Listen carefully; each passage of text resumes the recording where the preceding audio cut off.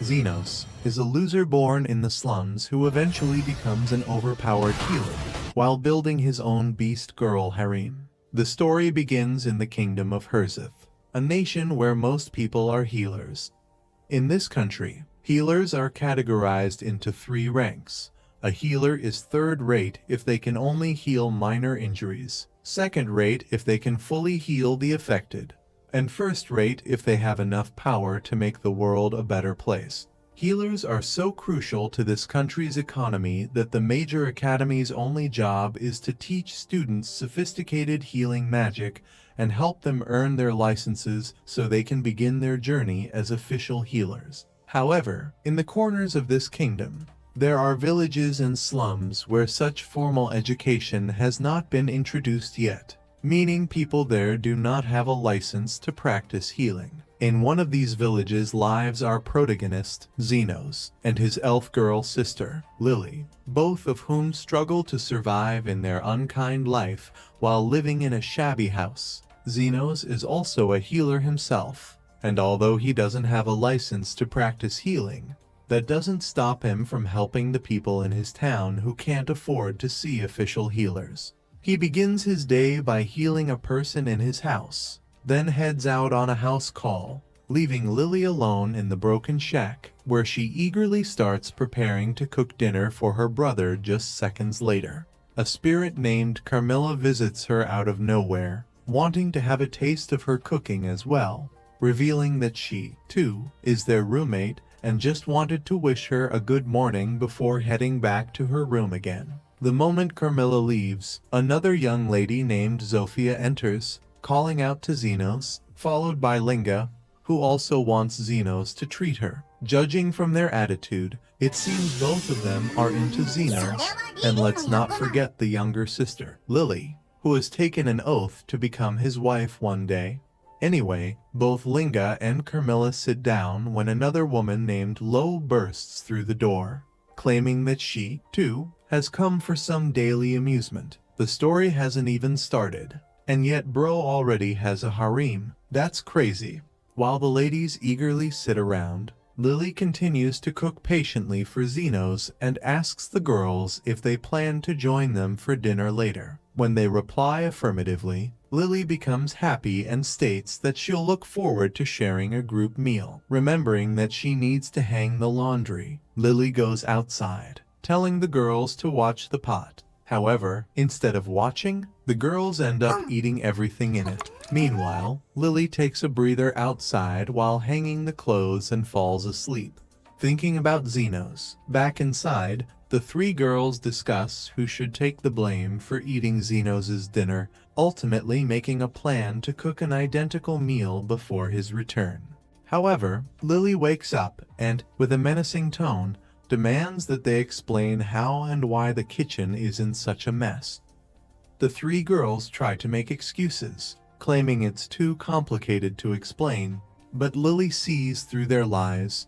She gives them one last chance. Either tell the truth or face the consequences.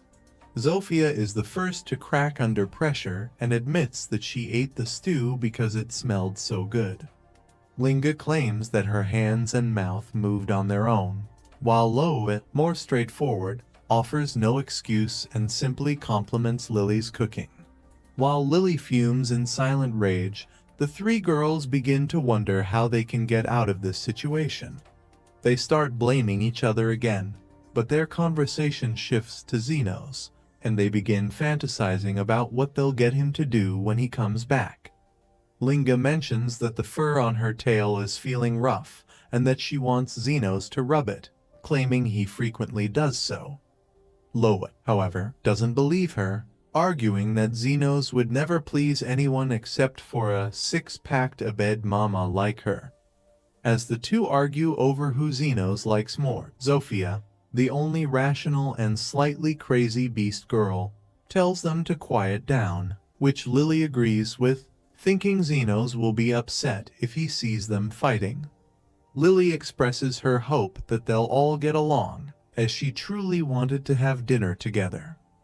Understanding Lily's feelings, the 3 beast girls apologize to her and promise to help make dinner. However, Lily no longer has the ingredients to cook another batch. At that moment, Carmilla comes downstairs, and upon learning that the three troublemakers ate everything, she threatens to consume their souls as punishment. Lily decides to forgive them on the condition that they bring her the ingredients. The girls gladly agree and rush off to escape the wrath of the angered spirit. Once they're gone, Carmilla sits down with Lily and urges her not to be so easygoing with them, as they'll just keep causing trouble. Still, Lily insists on getting along with everyone, including Carmilla, and hopes she'll have dinner ready before Zenos returns. Speaking of Zenos, he's on his way back home when he notices a beast girl clutching her stomach in pain.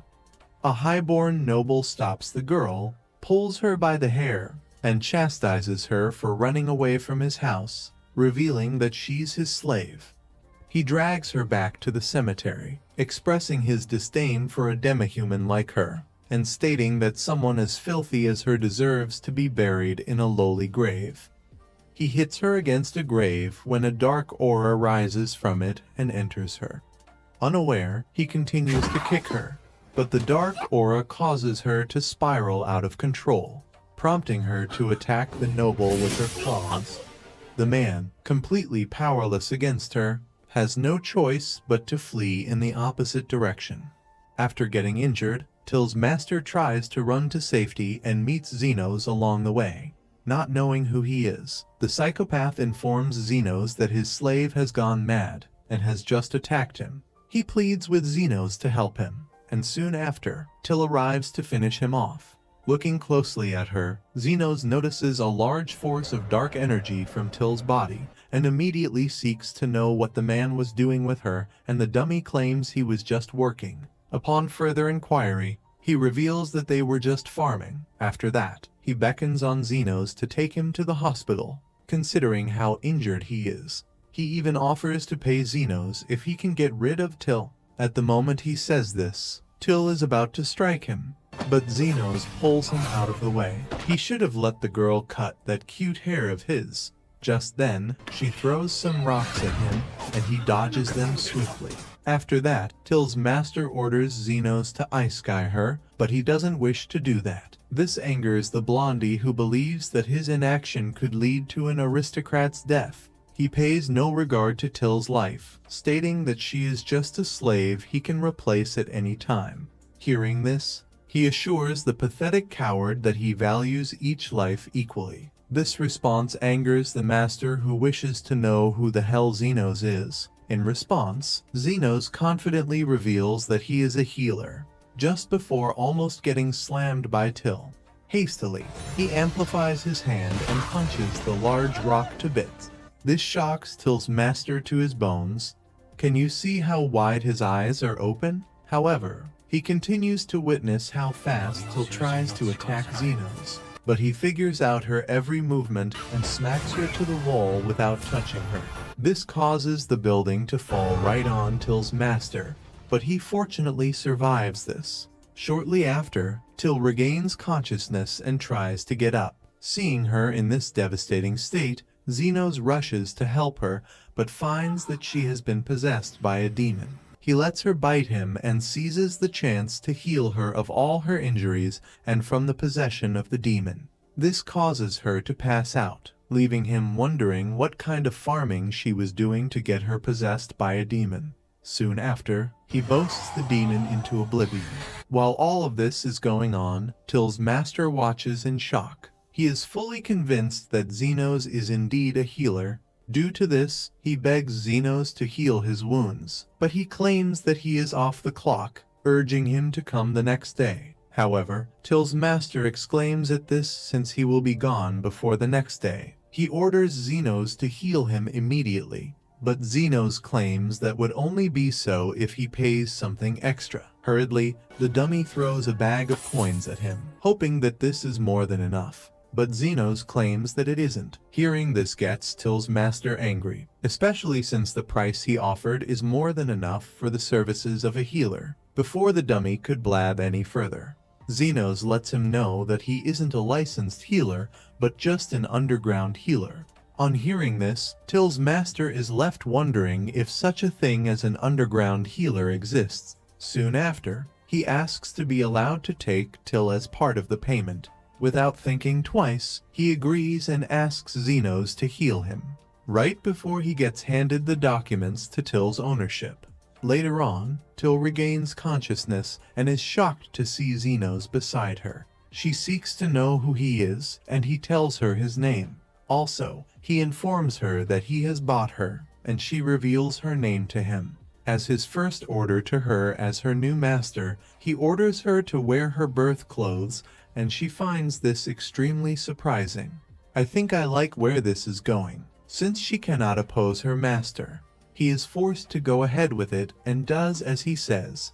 After she does this, he scans her body and finds she has an issue with a gallstone in her body. Just then, he heals her and smashes the stone to dust. The mode in which he does this fascinates her, especially since he just performed magic without any incantation or complicated methods. Even though she continues to blab about this, Xenos wonders why she is so thrilled at something so normal. Although she thanks him for curing her and wishes to know what she can do to pay him back, without wasting time. He states that he has something for her to do. At first she imagines that he would like to develop some plot with her, but he only shows her the page of a book and asks that she help him find what is in it. Bro just fumbled the bag. After a short while, she finds some leaves and hands them to him. When he sees it, he is very pleased. He thanks her for it and offers her her freedom in return. He even tears up her slave papers, claiming that she has paid him back for saving her. As much as she is happy about being a free woman, she has completely no idea about what to do now. However, she is determined to find out and hopes she will get the chance to inform him when she does. Hearing this, Xenos has no issues with it. He also asks that she comes to see him if she ever gets hurt so he can heal her for free. Later that night, Xenos returns to his house and is welcomed by the girls who seem very happy to see him. Some of them had just gone to get some fruits and fish. One of them even notices that he must have met a new girl, but he ignores her. Before dinner is to be made, one of the girls offers to make some black tea for all of them to drink, and Xenos seems happy about this. I guess that's why he didn't fancy Till, since he had a lot of girls to go around.